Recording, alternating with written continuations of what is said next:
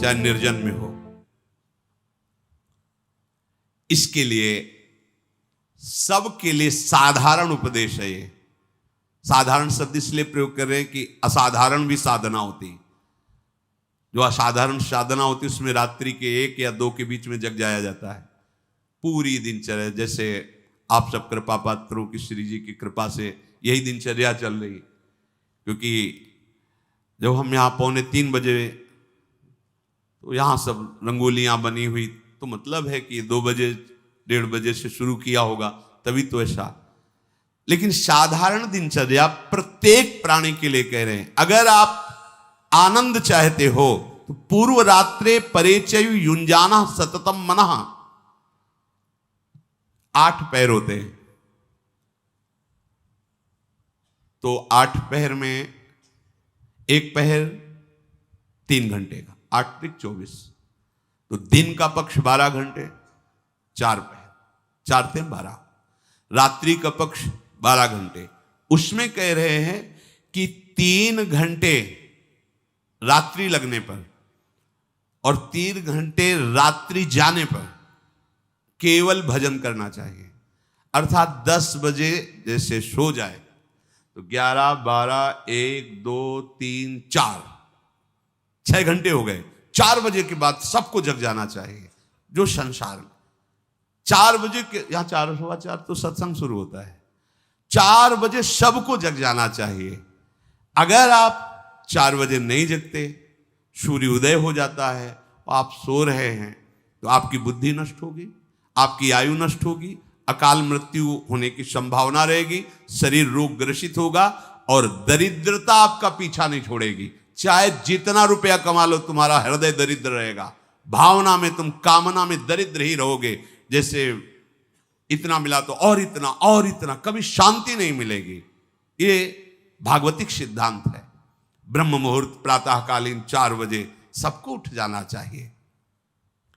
और जो निरंतर भजन करना चाहता, लघ्वाहारो विशुद्धात्मा, भोजन उतना पाना चाहिए कि भोजन पाने के बाद अगर आप खड़े हो तो आपको यह नहीं लगना चाहिए कि पेट में वजन पहुंच गया है। लघ्वाहार हो, थोड़ा आहार। क्योंकि अगर ज्यादा आहार पा लोगे तो भजन में वृत्ति नहीं रहेगी। रोज पाना है यार, जिंदगी भर पाना है। थोड़ा थोड़ा पाओ और खूब भजन करो। जिसका भोजन नीरस, शब्द याद कर लो, उसका भजन सरस। और जिसका भोजन सरस, उसका भजन नीरस। ये महापुरुषों के वाक्य है, आप खुद अनुभव करके देख लेना। यहां तक खट्टी डकारे आ रही, फिर शाम के पाला है, तो फायदा क्या हुआ यार? पाले का तो मतलब भजन बने। लघ्वाहार हो। और विशुद्धात्मा, आपको अपने चित्त का मार्जन करना, पोछा लगाना है। चित्त में क्या कूड़ा करकट होता है? राग, द्वेष, कामना, ये सब कूड़ा करकट है। देखो, उपासक को इतनी सामर्थ्य रखनी चाहिए कि जैसे कल किसी ने हमें गाली दी, अपमान किया, और आज फिर उसके दर्शन हो, तो आपको भूल जाना चाहिए कि कल इसने गाली दी थी। राधे श्याम, राधे श्याम। सब लगे ये क्या खोपड़ी है इसकी, कल तो गाली दिया था, आज उसको कोई फर्क नहीं, तो तुम्हारी साधना ठीक है। जगत ग्रीवा ऐसे नहीं झुका देता, इसलिए झुकाता है कि जहां हम फेल है वहां तुम पास हो।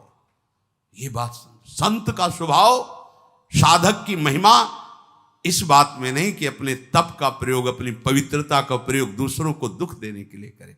जैसे प्यार भरी मां अपने बच्चे को कभी कष्ट दे ही नहीं सकती, ऐसे साध होते होए न कारज हानि। बच्चा भले गुस्सा में आके मां के बाल नोचे और मां को पीटने की भी कोशिश करे, पर मां के दिल से अगर यंत्र लगा के देखो तो उस बच्चे को उस समय भी आशीर्वाद ही दे रही होगी। भगवान तुम्हारा मंगल करें। ऐसी अनंत माताओं जैसा प्यार गुरुदेव संतों के हृदय में होता है। देखो ना कैसे कैसी पीड़ाएं दी गई संतों को, पर उन्होंने यही मनाया तुम्हारा मंगल हो। तो आप अपने जीवन को सुखद बनाने के लिए और जीवन के परिणाम को महासुखद बनाने के लिए भगवान श्री हरि के चरणों का आश्रय लेकर निरंतर भजन करने का अभ्यास करें। भगवान मंगल भवन है, सबका मंगल करेंगे, सबके दुखों को मिटाएंगे, सबके संकटों को मिटाएंगे। एकमात्र वही ऐसी